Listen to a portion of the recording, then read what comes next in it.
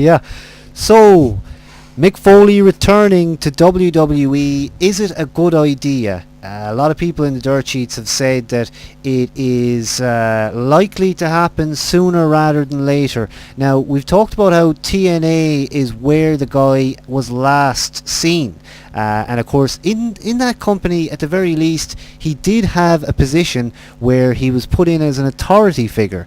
And we saw him kind of, at least being able to kind of show importance and be almost a Hogan Bischoff before they came in. And of course, when Hogan and Bischoff came along then, you were kind of left with Foley having no position. He didn't really have anything he could do. So I think at that point he got out of it.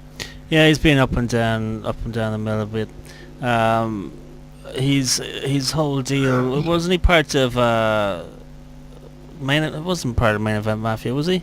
No, I don't think Fortune, so. Immortal, they're all the fucking same. It all goes back and forth. You wouldn't know. Yeah, you know? God knows, he could have been in all three of them. He was probably in Demolition as well. I don't. Things I like about Mick Foley, Cactus Jack was decent enough. Mankind, get over it. And him as Mick Foley sucked. If they bring him back, he can probably do something with The Rock on into Mania. No, With Cena, possibly. I wouldn't see him as Mankind. Mankind was okay, but it's not good as Cactus Jack or Dude Love. Yeah. Dude Love was funny-ish.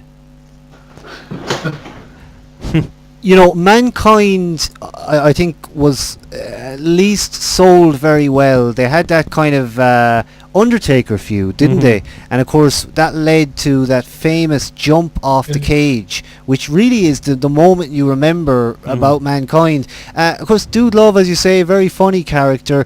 Cactus Jack, though, I mean, going all the way back to, if you like, WCW days.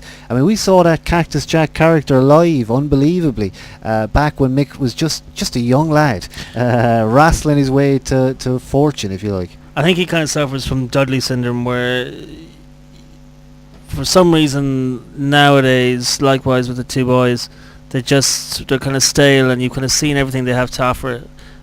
Tommy Dreamer is another example of a guy like that. In their heyday, they were well respected. They did lots of good stuff. They were enjoyable to watch. You didn't mind them being shoved down your throat or oversaturated on TV. As Cactus Jack in his ECW run as well, he did a lot of pretty cool stuff. And looking back on those matches, they were all really, really good, actually, to be honest. Yeah, and that's after he lost a part of his ear. That's right. Of course, yeah. We were actually, we saw a house show on the leg of that tour. It was in Germany, like 2 days after we saw that WCW back in the old days. Do you know that? Really? Vader, yeah. Caught his ear caught in a rope or something like that. So we actually did see, we might have said it before, but a WCW show, I think it was 1993, and it had guys like Mick Foley involved and Vader. It was 94. Well, for us, actually, this house show was 93, where we actually saw this, but the, Maybe I was wrong with the oh, it could have happened afterwards, yeah. He was talking about when he lost his ear. Exactly, yeah. No, I mean, I wasn't sure about when that happened, to be honest with you. But not to worry, I mean, in fairness to that era of WCW, it was an era that had some colourful characters. Now, it proves to you that Mick Foley has been around that long. Now, maybe that's too long. I mean, recently, he's not really been even able to work that well. In 2 years' time, that's going to be 20 years since that house show. And at the time with WCW, he was, decent level mid-card guy with a lot of respect and decent enough storylines for the most part. 20 years later. They had some solid mid-card in the early 90s. If they use him as an ambassador, keep him off TV, I'll be happy. An ambassador, yeah, Jimmy Hart. Of course, when he was on WWE TV, there was this thing over the commentary and his time in the commentary position where he was kind of getting a lot of instructions from Vince. And somebody said that there was a lot of harsh comments made down that headphone that kind of led him to say, screw this, I'm not doing commentary for WWE.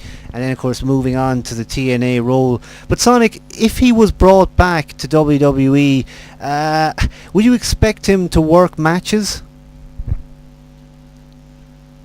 He was one of the great managers. But in action, I don't know. Yeah, maybe a manager. That actually sounds like a good idea. A manager would work for him. I mean, if he was going to do anything, then a manager would not be a bad place for him to be. I mean, they need guys now that can get guys over. And imagine Foley was just turned on his head and we suddenly got a heel Mick Foley.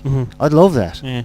Well, if he's used right, like anybody, they can do a lot with him. But I just get the fear when I hear his name and him coming back into the mix. You just get that fear of, ugh, this is something I just don't want to see. But with Trips driving the boat, things are a lot better these days. So maybe he will be used in the correct manner.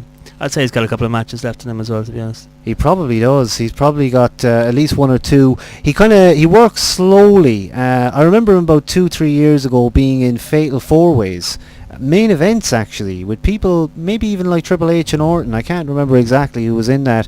But again, I'm not so much down on Foley returning, but well, I suppose it's been proved that they can turn a TNA guy around. They can bring someone like Christian over. It'll take a while, but eventually we'll forget that he was part of TNA. Sonic, will you forget that Foley was in TNA, or will he always feel like a TNA guy to you? He felt more like a old school ECW guy to me. That's a good thing. That's a good thing for him. It's not a bad thing, for sure, yeah. I mean, it certainly gives him a little bit of mileage, and I think ECW fans are probably loyal to anyone who's been in the company, at least in that it's kind of heyday, that time where people remember the various angles and storylines and stuff that went on. But again, it's good to have the thoughts on this Mick Foley thing. I don't really believe it's going to happen because it's been denied already. Well, at least cryptically, Mick Foley kind of said he made some kind of remark about it, how it's not going to happen. And that's what it seemed to be pointing towards in terms of the story on the website or whatever. But Sonic, if you were to take a guess, would you believe he's coming back?